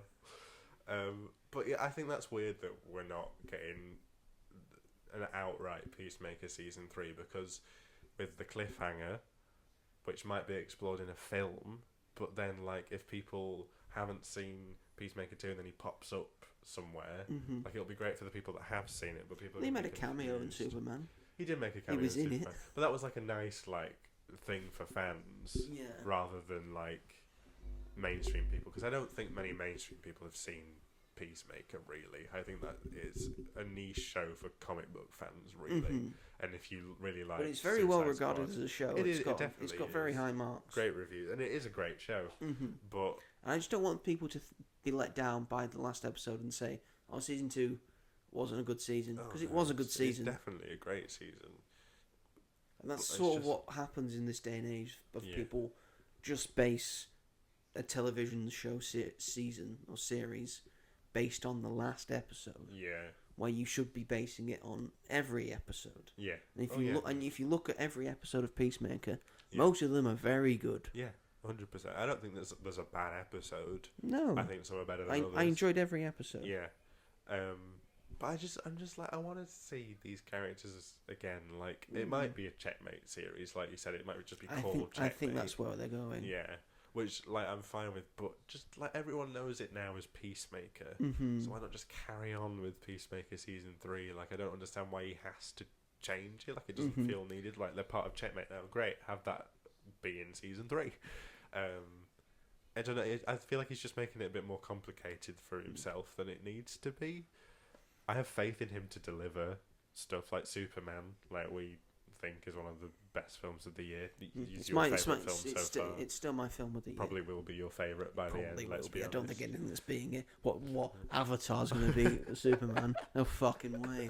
I don't care if they go and out a different path of the blue people are fighting the blue people. Still going to feel the same. Yes. But yeah, I don't know. I think it's just that, and then like the dimensions that they went into, I don't think they weren't interesting. They were just stupid, like very genuinely generic just stuff. Like stupid. One's a black hole, one's zombies, spider skulls, the gummy, the Candyland stuff. The nightmare of the world. It was just stupid. I'm like, why are they, and apparently there were only like 200 something dimensions. Like, that's not that many dimensions. So why are they? I liked the idea of the people that we've grown to like and have seen. Yeah. They're being sent in. Yeah. And I like just keep dying. Yeah. Like that. Like it. And then good. just Rick Flag Senior's having a great time with all the Lex Luthor's mates. They're snorting cocaine. That was a good contrast. But it was just like, and I didn't mind the zombie world necessarily because that makes sense to me. But the other world, it just felt so random and just out of nowhere. And that would have been a great opportunity, maybe for not like outright introduction cameos, but just for some like nods to more like discreet DC comics. Well, apparently he wanted Ryan Reynolds as Deadpool. Yeah, he did, which is an insane. But like, you know, but that would have been all anyone talked about the episode if that had been a thing.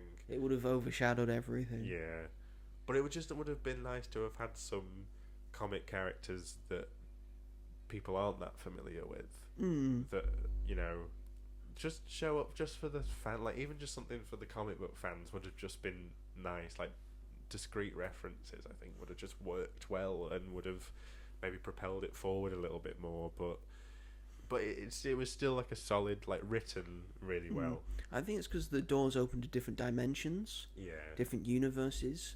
So he wants to keep all of the things that people want to see in the same universe. Yeah, that's a good point. That makes a lot of sense. So if you want to see Booster Gold, he's in this universe, so he won't be through the doors. Neither will Blue Beetle. Neither will Brainiac, because he's in this universe. You're not going to see him through a door. That's true. And also, just one little thing that was just weird to me. I think I spoke to you about this. Mm-hmm. But so all these dimensions, and then why is one of the doors? Why is one of the entrances into a different dimension Chris's bedroom? Like, that doesn't make sense to me.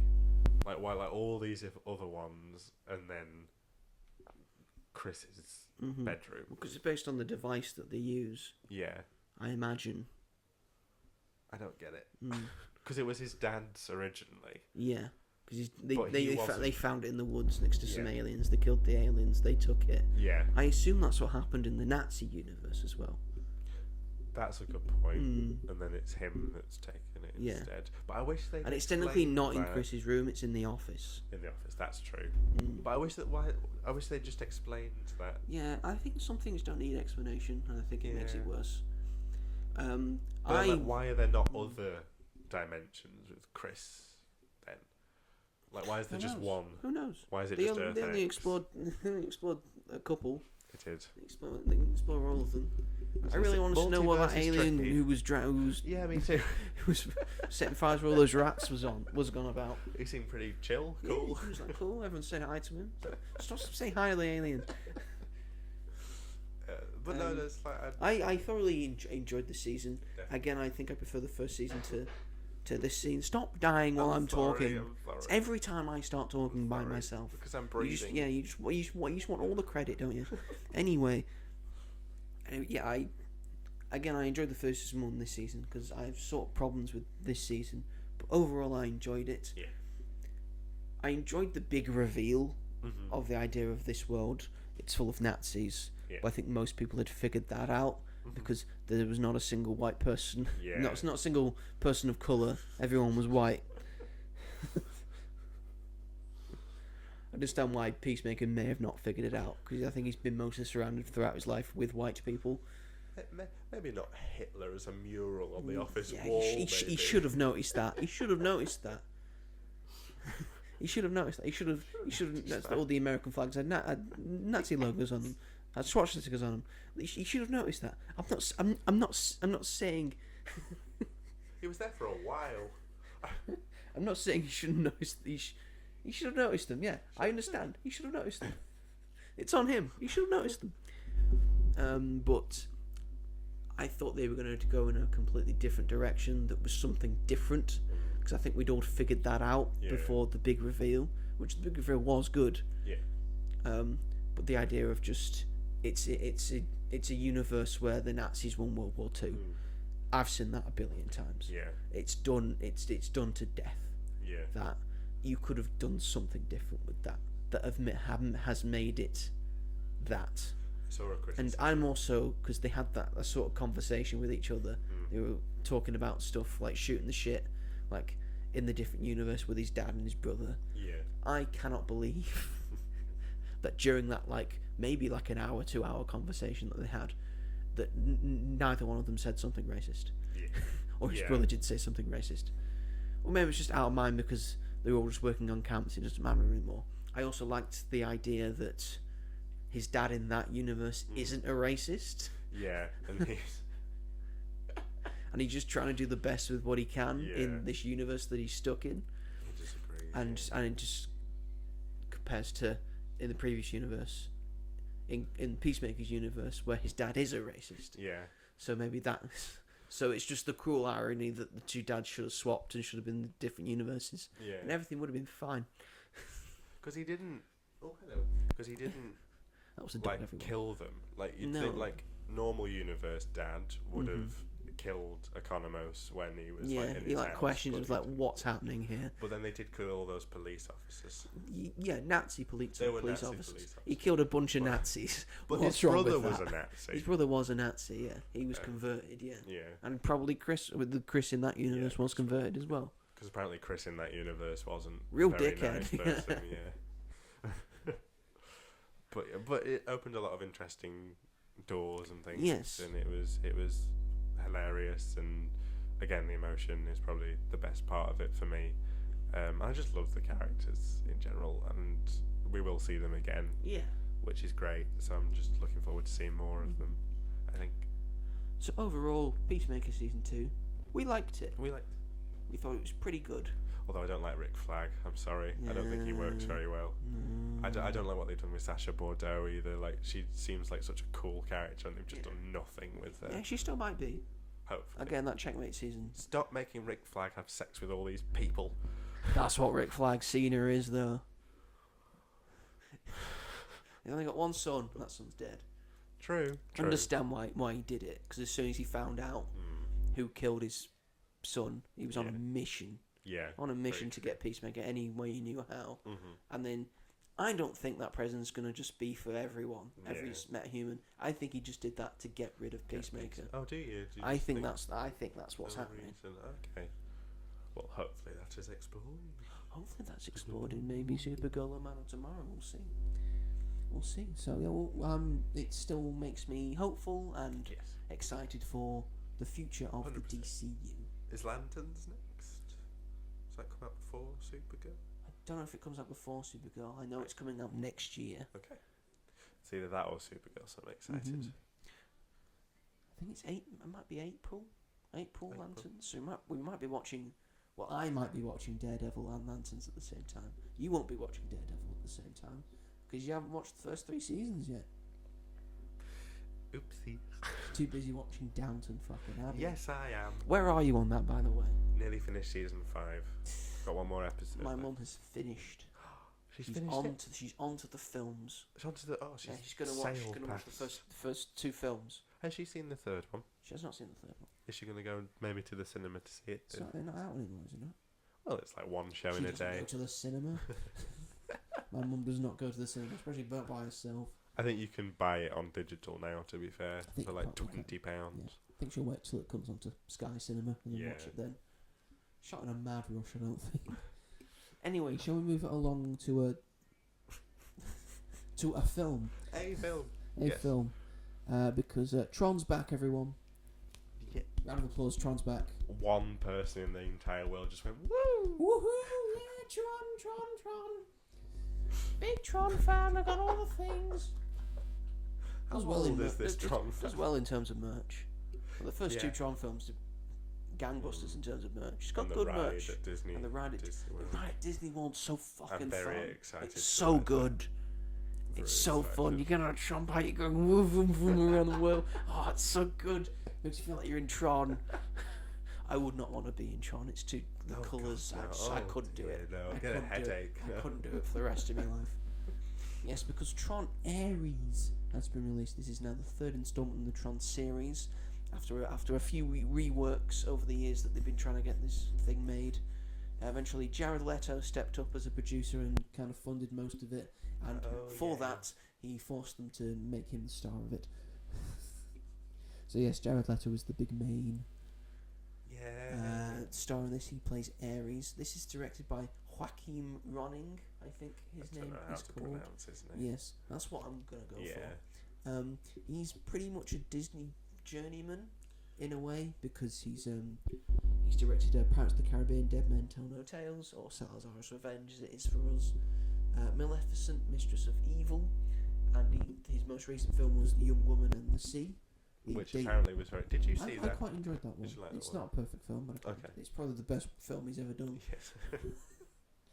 But yes, and now he's been put onto Tron Ares, as well as Jared Leto. It also stars Greta Lee, Evan Peters, Jodie Turner-Smith, Hassan Minhaj, Gillian Anderson, and of course Jeff Bridges. Yep. Makes his little cameo. It is very small. Mm-hmm. Oh, by the way, I didn't have a budget or box office stuff for I Swear, so I didn't read them out. This one I've got budget and box office for. Please share. It's 119 minutes long, so just a little shy of 2 hours. Good runtime. Good runtime. It's a good runtime. It had a budget of $180 million, which is a crazy amount of money to spend on a Tron movie. But actually quite impressive, because they've obviously thought about the special effects and CGI that they needed beforehand, so they could do it a little bit cheaper than normal. And it currently has a box office. It's been out for a full week now, of $69 million. Well done, Jared. Well done, Jared. It's Tron. Yeah, it's also Why Tron. did you think this was make money? They never really do. No, I don't Only like- marginally who's sometimes. a big Tron fan? Have you ever met anyone that's like, oh, I love... My favourite my favourite film is Tron. My favourite film is Tron. Tron Legacy is equally as incredible. Like, no one says that. I mean, Tron Legacy's pretty good. Yeah, but fair enough. I think it's better than the first. Like, I don't know Yeah, it, but for sure. I mean, the first Tron's a pioneer of its time. yeah, It's like it's an art piece, essentially, of, and you can see, look how far we've come, and you use that with Tron. And I liked when they did the retro thing in this film. yeah. They went back to That was a the nice original like sort of Tron thing. they had good references in it. Good references in it, yeah. To the and first one, they didn't have a second lot of references to the second one, mostly to the until first the one, end. because obviously Jared Leto's a big fan of the first film, Yeah. because he hates movies. Anyway, grid stuff. Yep. What do you think? I liked it as a film.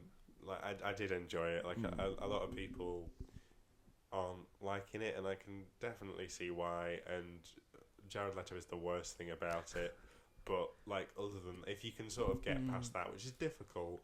I'm going to bring up what my Letterboxd review, what I said, because I think it's quite accurate. I would have made this film better. I put Tron Ares 3.5 stars. I'm regretting that now. I should just be 3 stars. Someone should have tricked Jared Leto into going so method with the character that he doesn't take his helmet off. That would have really helped this film. Oh, 100%. Imagine if he just didn't take his helmet off. Yeah. I think that would have made sense for the character. I think it would have just been cooler in general that you didn't know what was behind. I mean, you would know. Yeah, but just this disgusting long-haired rat of a man. why does he have long hair? Why would they program him to look like that? They wouldn't. They wouldn't program him to look like that. Evan Peters wouldn't get him to look He's like. Why would Evan Peters do that? He's a big fan of 5 Seconds to Mars. But look how Obviously. cool Jodie Turner-Smith looks. Yeah. And then look at him.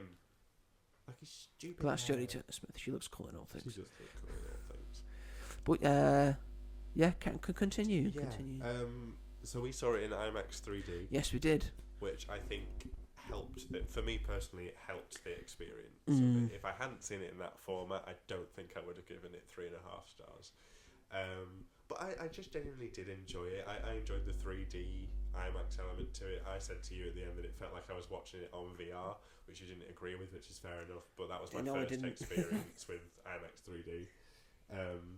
And I think it worked in the film's favour a lot. Like the stuff like in the grid looked really cool in 3D. And at the beginning there's like surfing through news channels, and it felt like the beginning of a ride that I was on. That was cool. I felt a little bit dizzy, not gonna lie. Visually, in terms of VFX, incredible. Visually stunning. It's colours. it's probably one of the best the film has looked. The red works so well. It does in work. it, apart from Jared Leto, but everything else looks great. Some of the red in the real world Yeah. works great. I thought the red in the grid, the whole red grid, felt like I was in a Virtual Boy. Yeah, I get what you mean. Do you know what Virtual Boy is? You've seen that. It's just all Yeah. red. It's just playing. That should have been your review. Yeah. I don't think I was the first person to say that, really. But I think the story was pretty simple this time. It was passable. around compared to Tron Legacy. I think Tron Legacy had a little bit more to it. Had more to it, yeah. This was very much like crowd pleaser story, felt like, but I think that's sort of fine because they're trying to like start it up again. It's not worked, but It never does. Why did they think this would work? no, it never works. They have that animated series that like fans are obsessed with. Apparently it's pretty good, yeah. Yeah, but I'm not watching. That's 19 And episodes. and Tron's actually in that. And Tron's actually, yeah. Because Where is we he? are aware that the grid is not called Tron. Yeah. Tron is a person. Tron's not in this movie. Tron's not showed up for a little while now. Been gone for a while. Yeah. I liked Greta Lee. I thought she did a lot of the heavy lifting. I thought great. I liked that it was sort of it wasn't heavily Jared Leto. Yeah, thank God. Like it was sort of 50-50 between him and Greta although the Lee. marketing would have you believe that it was 90% Jared Leto. Yeah, that might be putting people off seeing All the this movie. posters and stuff. Yeah. Like, and the posters look cool, to be fair. Just a shame he's behind them all. I like the poster where he's got the helmet on.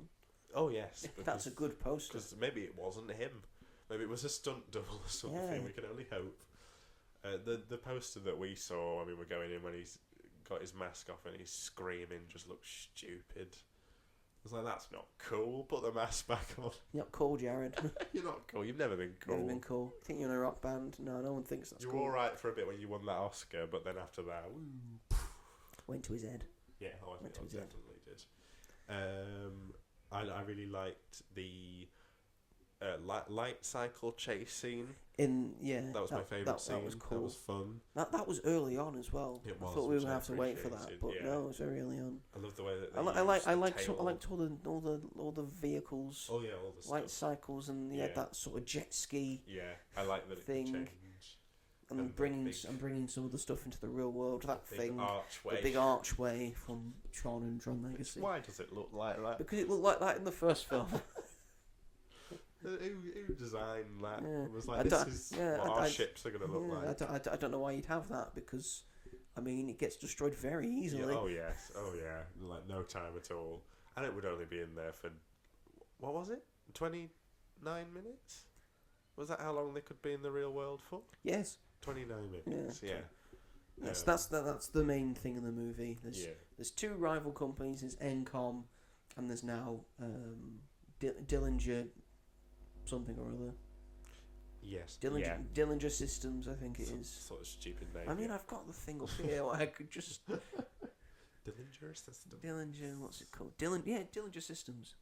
Yes, which is run by Ed Dillinger, who is Evan Peters in this, who is a grandson of the original Dillinger from the first movie. Yeah. And his mum, who's played by Gillian Anderson, is the daughter of him, but not, as I've heard, is the sister of Cillian Murphy's character from Tron Legacy. Right. They're not married. Right. Okay. So I don't know about Cillian Murphy's character at all. Maybe it just doesn't exist anymore. Maybe he's dead. He's probably dead. Probably. I bet they asked him, and I bet he said Yes. no.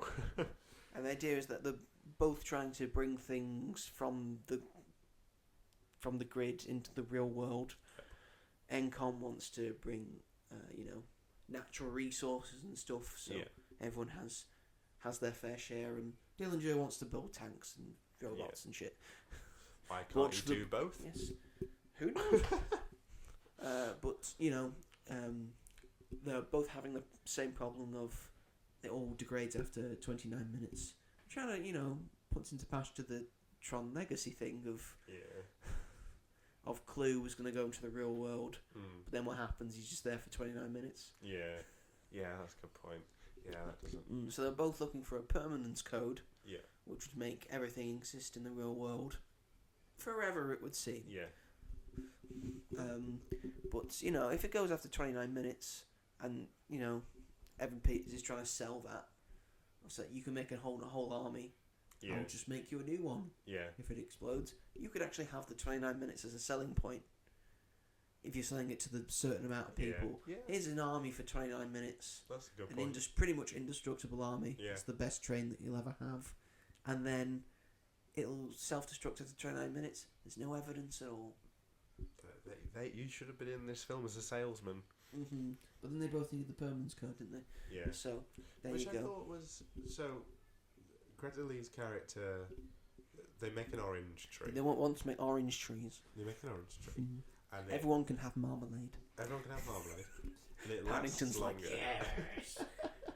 And it lasts longer than 29 minutes. Yes, because right? they put the permanence code into it. And then to them, for some reason, they think, right, that's great then. So what if it, deteriorated? After 10 hours. This is the first time you've done it. You don't know that it's not going to do it, later on. Imagine, what happens if someone ate that orange?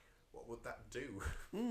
Also, did you try the oranges when you still didn't have the permanence code? When it went after 29 minutes? So then if you've what? eaten one of those oranges and then it dissolves, what happens in here? Does everything just go to ash? Yeah. Do you die? I don't know. We'll never know because I don't think this film knows. Are you itself. shitting out cubes? Apparently so. I like the idea of 3D printing things and it looked into the cool. real world. And it looked cool. Except when we saw Jared Leto's face. Oh god. You see, that's the problem, because the portrayal of Ares, it didn't need Jared Leto, because that performance and that role could have been done by any single fucking character. Agreed. The narrative is so-so, and there's a lot of dialogue diarrhea or dialogue vomit in this film. Yeah. That they just say things for the sake of, oh, we need to keep going. We need to have something to fill the silence here. But yes, it's very much how I feel about the Avatar films. Is that it's very pretty to look at, and it's very visually striking, and it looks incredible. But besides that, it's not got much to it. Not much. Yeah, I agree. And it's just like, and they set up a fourth one. They had like huge hopes that it was gonna, because they set up a lot for a potential fourth film. Oh boy, And yeah, that's not gonna happen. not gonna happen at all.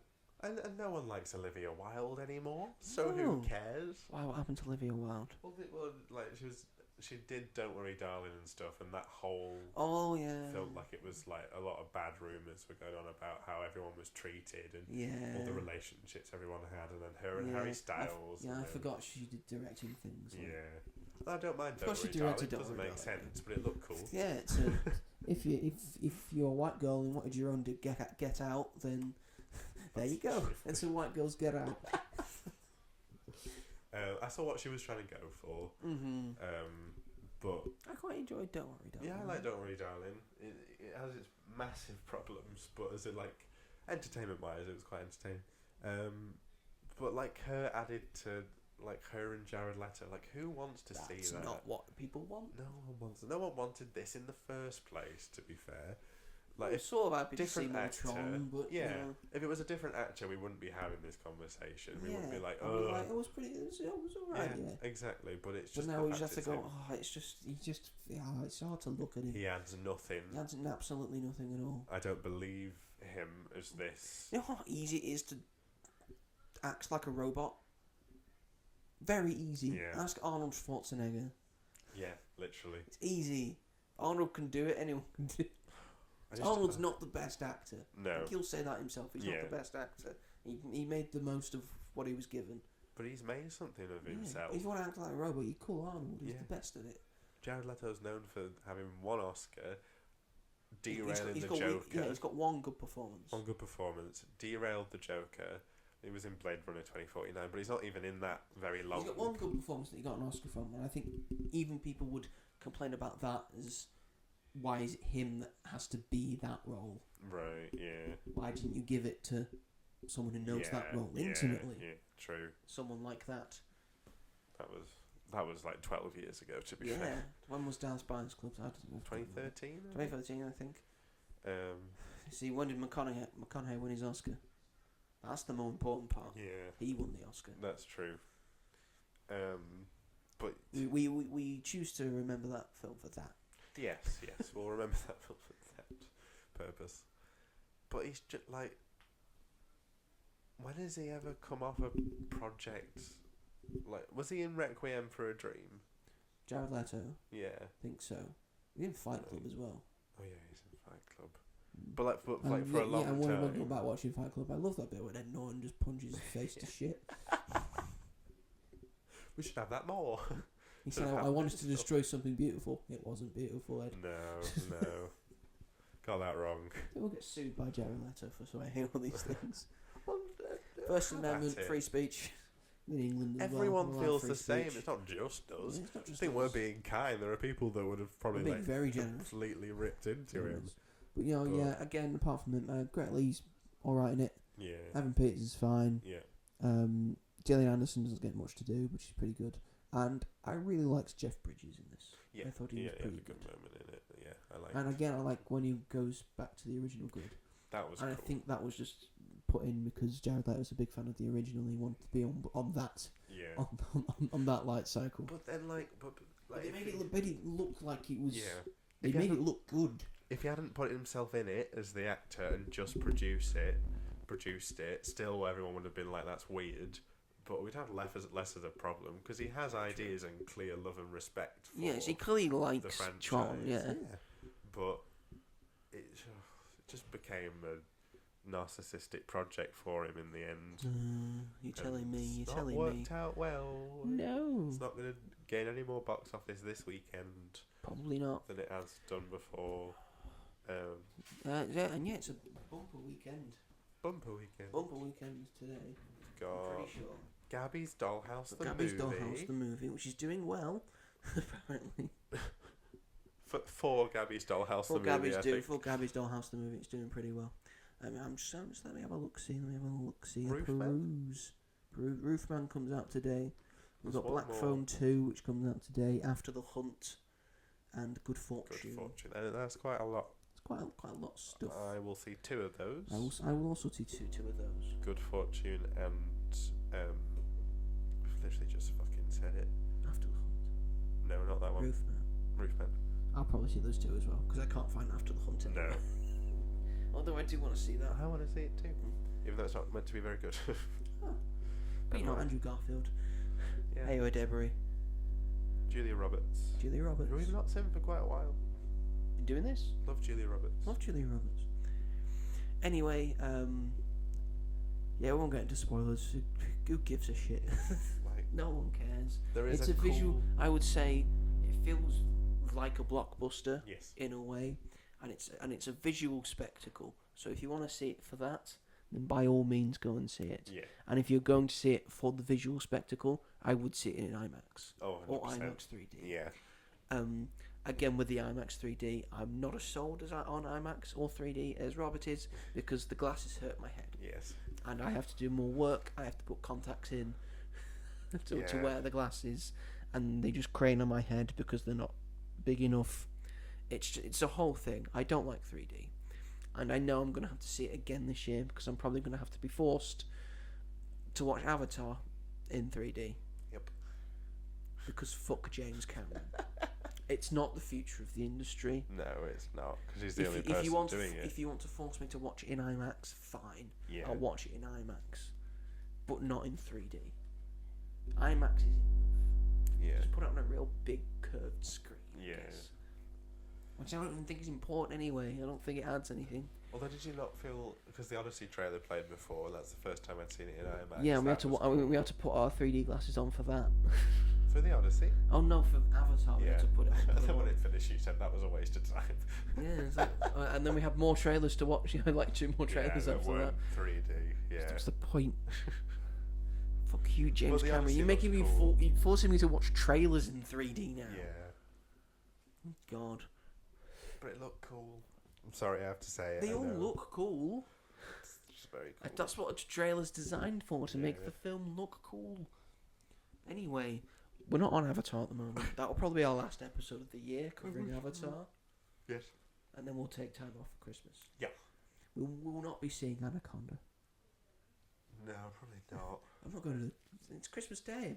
Well, not on Christmas Day. I mean, like, maybe like Well, in the week. we both celebrate Christmas. Yes. So we will be busy on Christmas Day. Yes. But for people who don't celebrate Christmas, they can go see Anaconda. Anaconda, yeah. I'm so sorry. I know you think it looks alright, but I think it looks I think it looks utter fun. tripe. I think it looks fun. I like Paul Rudd, I like Jack Black. Yeah. I like the fact they're trying to play some 30-year-olds. And they're both clearly in their 50s. But they just had shaves. It's fun. Anyway, yes, that was Tron Ares. Well, hey. It was fine. Yeah. It looked pretty. Enjoyed it. Thought it was, but like, I'm never gonna watch it again. Probably not. No. Even when it's on Disney Plus. Yeah. A weird choice for director as well. Yeah. Why would you give the gig to someone that made To a- Pirates of the Caribbean 5 and Well, Maleficent 2? he's a journeyman and deserves a reward. Apparently so. And surely a director's reward should be, something they actually want to direct. Maybe that's his next Yeah. film he wants to direct. Maybe he wanted to direct Young Woman on the Sea. Yeah, who knows? Good point. Anyway, I think that's the show. Is that the show? Yeah. Okay. Don't know what's happening there. Okay, yes, thank you everyone for watching and listening to this podcast. We very much appreciate it. If you are watching this on the YouTubes, feel free to like and subscribe to As Yet Untitled, and then push the bell notification so you never miss an episode of this podcast or of any of the film reviews that I have done. I've done film reviews for Tron Ares and I Swear, and for Peacemaker Season 2, so go and check them out. If they wanted to listen to this on a podcast catcher of choice, Robert, where can they find us? Trick question. They can't. Okay. Spotify. Yeah, you can't find us anywhere. I'm only joking, cockers. Spotify, Apple Podcasts, Sony Podcasts, Amazon Music, and wherever else you may get your podcasts. Roasted on anyone that's not from around here. Yes, if you want to get into contact with the show or with us, we are both on Letterboxd. I am... What am I? I am Ginge101 on Letterboxd, and Robert is... robonfilm on Letterboxd. We're also both on Instagram. I am the Mighty Joe888 on Instagram. It's a different thing, but you can still contact me or DM me. And Robert is... robghall. on Instagram if you want to get in contact with us about anything. But really. be kind. But be kind. Say nice things, Say you know. nice things. Be a nice person, Yeah. you know. And that's pretty much everything. Next week, probably Roofman and the other one we said. Oh God. Good Fortune. Good Fortune. We love a bit of Keanu. We do love a bit of We got to Keanu. support Keanu It's a good cast. because he's the best of us. Oh yeah. And we need to make sure that his films do well. Well, we need to make sure he's Therefore, looking after himself. therefore he's in more. Yeah. And he's having a break from throwing himself off buildings, and that's Yeah, fine. that's fun. Yeah. Apparently, there's John Wick Chapter 5. Who knows how that's going to work, but we'll find out. Oh, yeah, he's already been in a film this year. He was John Wick in a film It was this John Wick year. in a film this Ballerina year. came out this year. Even though he said he doesn't want to do it anymore because he's dying because of it. I'm basically. old. I'm dying. I'm really old. A lot of injuries. Poor man. Anyway, we'll see how that turns out. Yeah. Thank you for watching and listening to us, everyone. And we will see you all in the next one. Bye. Bye.